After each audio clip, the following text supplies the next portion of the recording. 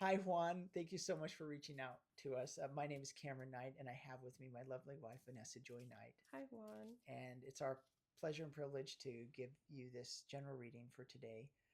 Thank you for your patience, by the way, in that regard. Yes. What we're going to do is we're going to draw three cards, and we're just going to let them flow and just see where they lead um, with regards to your inner questions. One of the things I like about the tarot is it asks us questions that we either want to ask and don't have the heart to, or don't know that we need. And so that is the encouragement that I will be given this reading. Well, we're off to a good start with the Wheel of Fortune. The Wheel of Fortune. The Wheel of Fortune is a little more impersonal than the Judgment card. The Judgment card has more to do with, what we reap, we sow. That which we give comes back to us. The Wheel of Fortune has more to do with the fact that we are an element of a grand process. Even though we are individual and we conduct our own life to a great degree, it is within this wheel of time and life that we move. And so that which comes upon us might not be necessarily about us, but it is our kind of responsibility and task and charge to make the most of that. And so as you move throughout this life, these coming months, take that into consideration, that that which is going about you might not be have anything to do with you, but rather your responsibility to tend to it as you see fit, and to reframe, which is a word my wife often uses, I love, and interpret that movement according to your dictates.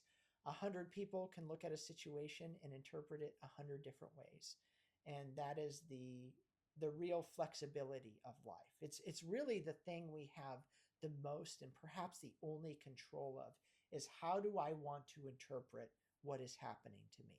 Do I want to see it as a blessing? Do I want to see it as a curse? Do I want to see it as something that is going to aid in my development? Or is this kind of something that came about by happenstance? Is this a result of my actions, or is this someone else's? And so on. And within that framework of thinking, a variety of interpretations can be had.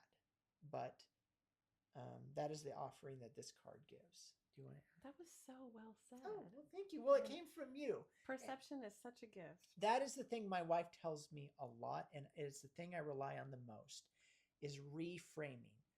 I get in a situation, it feels awful, and I have to go, well, I could be stuck in this awful feeling, or I can go, okay, how can I look at this from a positive aspect? Not a delusional one, not something that's outside, the realm of what's happening. But if one has a spiritual bend to them, which I imagine you do, in seeking out the tarot, then there is an acknowledgement of a divine hand.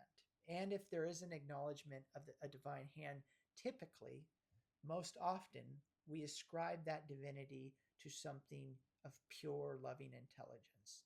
And everything and anything under the canopy of that reign is thereby sanctified. Even the most, the craziest stuff. In some way, it points to either an error or removing oneself from that, or kind of a directive from that power itself. And even then, one has to interpret, is this a type of punishment, or is this a way that will self-correct in order to get me back to where I'm supposed to be? And that's the interpretation I choose to look through life, is if we are going through something that has a consternating or kind of negative effect, it isn't a punishment. It's just kind of the result of moving away from that source, but also within it, embedded within it, a way back. Mm-hmm. Yeah, if all the world is a stage, we can choose our lines accordingly. Yeah. Oh, dang. And create Bam, a new outcome for right, ourselves. hang on. Bam. Okay. But that is so true. Absolutely true. Okay, should we move on to the next card? Let's move on. Okay.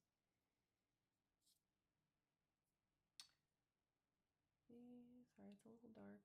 The Four of Cups. Oh, yes. I like this card. It's a cute one. It's an individual who is actually well heeled and doing everything right. It reminds me of like the story of the Buddha under the Bodhi tree. and they're in study and contemplation, and they have with them, I think it's 3 cups. You can call them, let's pretend those cups are empty. They have drunken from the truth of those vessels. And now they kind of feel lacking. Oh, I've tried this, and they kind of feel a little bit down and out. And because they're so downward, so to speak, in their studious, contemplating nature, they can't see that right behind him is this kind of heavenly hand or cloud holding up this new vessel for them to drink from. And so, to me, this is a prompt to look for those blessings in life, to not to be so cerebral, to not be in your head so much, but to just be open. It is good to be, to have a little bit of a statistical, analytical, kind of left brain attitude when it comes to life in some ways, but it can become so heavy handed that we don't see the living gospel all around us. And one of the most difficult parts of that, too, in my opinion, is allowing our emotions to justify, or I should say, the circumstances to justify the emotions that we feel. Yes. That can be so intense that it causes our bodies stress, and we can't seem to come out of that fog. And I believe that's what's represented here as well, is just the drainage that emotions can cause that keep us or wall us off from being able to reframe. And so maybe this is a challenge to you or something you've been working on. That when those emotions come in, just deciding that you don't want to feel them, you don't have to feel them. Yes. And that's really your responsibility, that you can choose the higher path in that moment. Beautifully said. Okay, let's draw our third card. Oh, the Ace of Cups, speaking of Oh, emotions. wow. And this is a beginner's card, and an origin card. So this is saying a couple things. One primarily is that if you are not, if this is a new thing for you to do, to go into this realm of the emotions, this is your blessing and benediction for that. It all starts with the emotions. Um, and in that regard, that is your prompt in alignment with these. Do you have anything? No, I think it just fits in beautifully. Okay, let's just do one more, just to add a supporting element.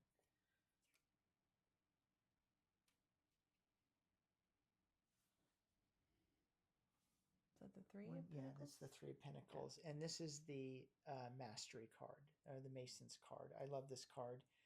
It suggests that I am so sorry.